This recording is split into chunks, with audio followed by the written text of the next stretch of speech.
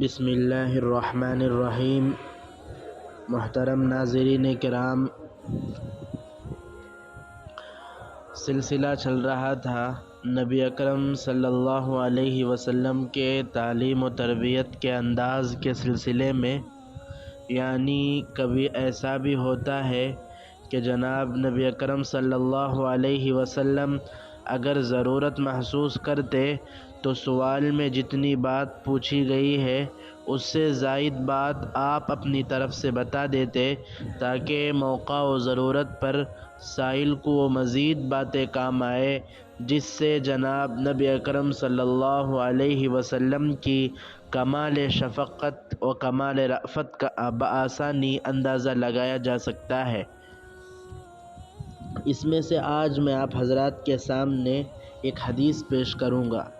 حضرت عبداللہ ابن عباس رضی اللہ عنہما فرماتے ہیں، ایک عورت حج کے ارادے سے مکۃ المکرمہ آئی اور اپنے ساتھ اپنا ایک چھوٹا بچہ لائی۔ اس عورت نے حضور اکرم صلی اللہ علیہ وسلم سے استفسار کیا، معلوم کیا کہ کیا اس بچے کا بھی حج ہو سکتا ہے اگر اس کو حج کے ارکان ادا کروائے جائے؟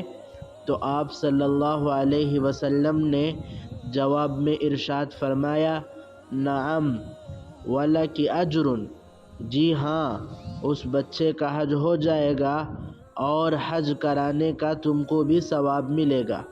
یہ حدیث مسلم شریف میں موجود ہے۔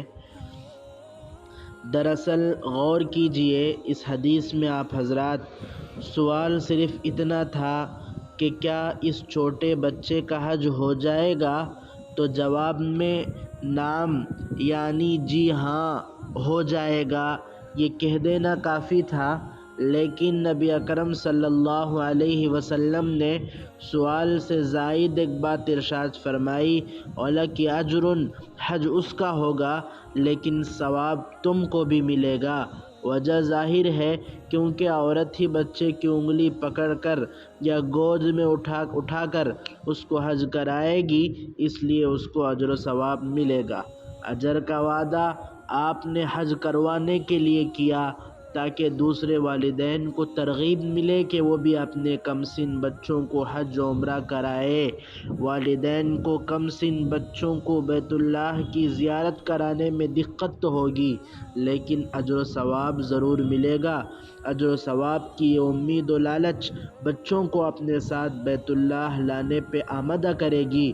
بچہ اسلامی شعائر، احرام، حرم، کعبہ، صفا، مروہ، منی، مزدلفہ وغیرہ کو دیکھے گا تو اس کی عظمت کا چراغ بچپن ہی سے اس کے دل میں اور دماغ میں روشن ہو جائے گا،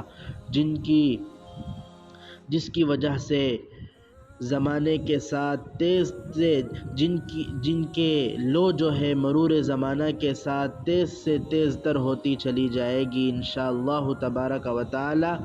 دراصل اس کا خلاصہ یہ ہے کہ نابالغوں پر حج واجب نہیں ہے، اگر حج کرے تو نفل ہوگا، فریضہ حج کی ادائیگی کے لیے کافی نہ ہوگا، بالغ ہونے کے بعد پھر حج کرنا ہوگا۔